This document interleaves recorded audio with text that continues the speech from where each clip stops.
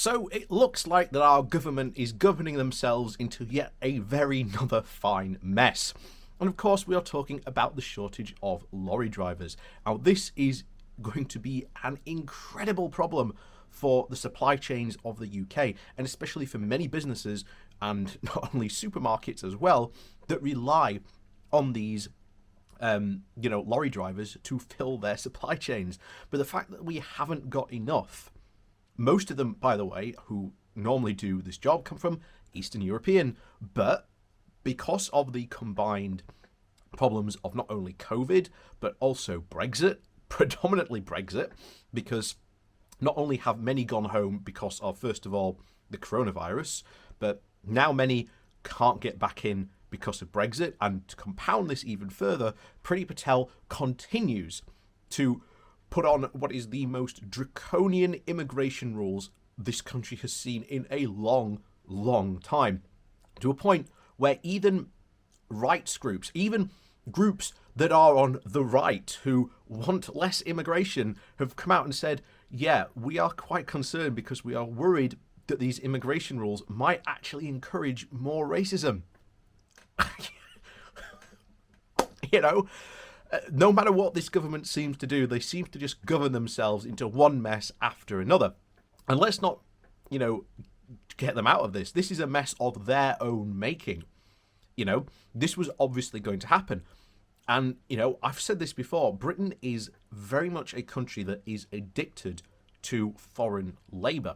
And again, this has been very much fed by being in and part of the European Union, because again, there are problems in this country which, again, if this government actually wanted to solve, would take some serious government intervention and actual spending of money to actually solve these problems.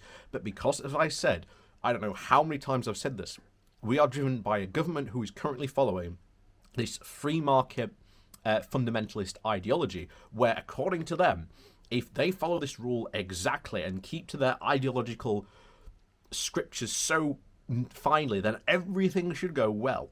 But I know, in work, like I say, I work in marketing. Sometimes you come up with an idea you'll think will be absolutely fantastic, and it does okay, or sometimes barely does anything.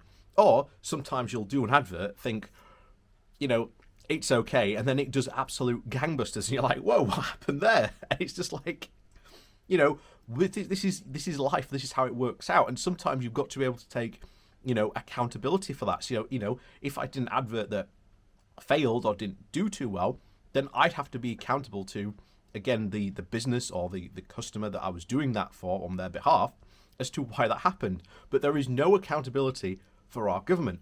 And they absolutely love short-term fixes. This short-termism is absolutely in itself disastrous, because all it does is allow the government to essentially swerve back on course to essentially another disaster. So they'll just swerve back that way to another oncoming disaster, and that's just it. Just disaster after disaster after disaster.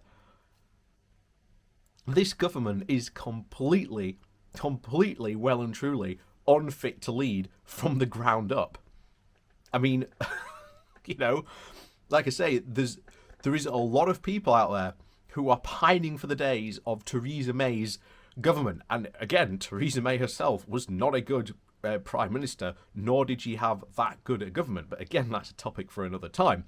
And today, we're going to go over the backlash that has been happening to these new announcements by the government to essentially try and put a plaster over the shortage of problems. Of course, the solution they have to this is they'll just extend driver hours, which in itself will cause more problems because you'll lead to driver burnout, in an increase in accidents as well. There is a reason why there are limits on the hours that these people work.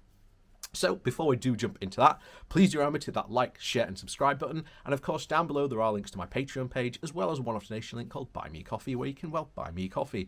And as always, thank you very much to all those people who do support the channel that way. So this comes from the BBC News. The title is The Backlash Against Longer Hours to Ease Lorry Driver Shortages. So a temporary extension of lorry drivers' working hours has been met with a backlash from the industry, who has said that the government is applying a sticking plaster to the problem of shortages. HGV drivers can increase their daily driving limits from 9 to 10 hours or change weekly reset patterns on Monday. Transport Secretary Grant Sharps said that the move would give flexibility to drivers to make slightly longer trips, but the Road Haulage Association said the move wouldn't make any difference. Like I say, how does adding an hour help this problem? You know, again, how does that being able to drive that extra hour solve this shortage problem? It really doesn't. But again, this is the magical thinking that our government is involved in. So the RHA, that's the Road Haulage Association, believes that there is currently a shortfall of around 60,000 lorry drivers and said the relaxing the driver hour limits was just a sticking plaster. It estimates that some 30,000 HGV driving tests did not take place last year because of the COVID pandemic. And relaxing drivers' hours just won't make any material difference, and it fails to address the underlying issues which require a package of measures to actually fix, the RHA said. The National Officer for Road Transport at Unite the Union, Adrian Jones, also said the announcement would do nothing to actually resolve the problem of driver shortages as well. He added, Unite will be advising its members not to place themselves in danger that if they are too tired to drive safely, and they have a legal right to refuse to do so. Unite will fully support those who want to make this decision legally and industrially. So Logistics UK, which also represents freight businesses, said that longer hours would heap more pressure on drivers who are already stretched to their limits. James Firth of Logistics UK said the industry vehemently opposed the extension and said the government had ignored the will of all those who had been the most affected by the changes. Existing drivers have also been working flat out since the start of the pandemic, and this could be the final straw for many of them, he said. Instead of trying to paper over the gaps, the government should be working with the industry to produce a plan to support moving drivers through the certification bottleneck of HGV driving tests. Businesses and union officials have also warned that driver shortages will jeopardise deliveries to supermarkets and other sectors of the economy, and the haulage industry is one of a number of sectors already having trouble trying to find suitable staff as the economy reopens, leading some experts to talk of the UK's missing workers. Among those worried is the German confectionery giant Haribo, which is said it is struggling to deliver its sweets to shops in the UK. Mr. Sharp said the government had ramped up the number of driving tests available and would consider other measures. The government said that driver safety must not be compromised and operators must notify the Department for Transport if relaxation is used. The RHS Chief Executive, Richard Blunt, said that they opposed a wholesale extension to driver hours, believing that it could only be counterproductive and make the job less attractive. Locking more hours on the drivers that are already exhausted is simply not the answer. The problem needs more than just a sticking plaster, he added. Ministers should be mindful that the road safety is the reason HGV drivers' hours are limited in the first place, and relaxing them should only be the last resort to try and resolve short-term issues that cannot be addressed in other ways. Mr. Brunt said that the shortage only worsened drivers' pay rates and that they were going up and often subtly. Suppliers and retailers should also be prepared for these additional costs that they will be passed on to them, he added. So a government spokesperson said that it had already taken action on HGV driver shortages, including ramping up vocational test capacity and funding apprenticeships.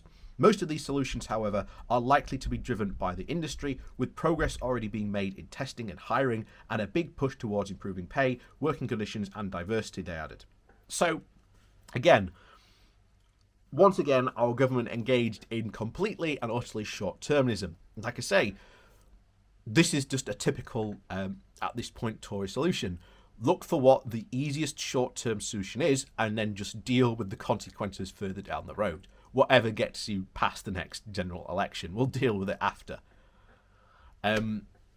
Like I say, this is not going to be a valid solution. This is only going to lead to worse. And like I say, this will have a very significant effect on our economy. Because if you can't transport stuff, how is your economy meant to run if you can't get stuff from A to B, or if you can't get stuff from the factory floor to the orderer, or from the field to the shop?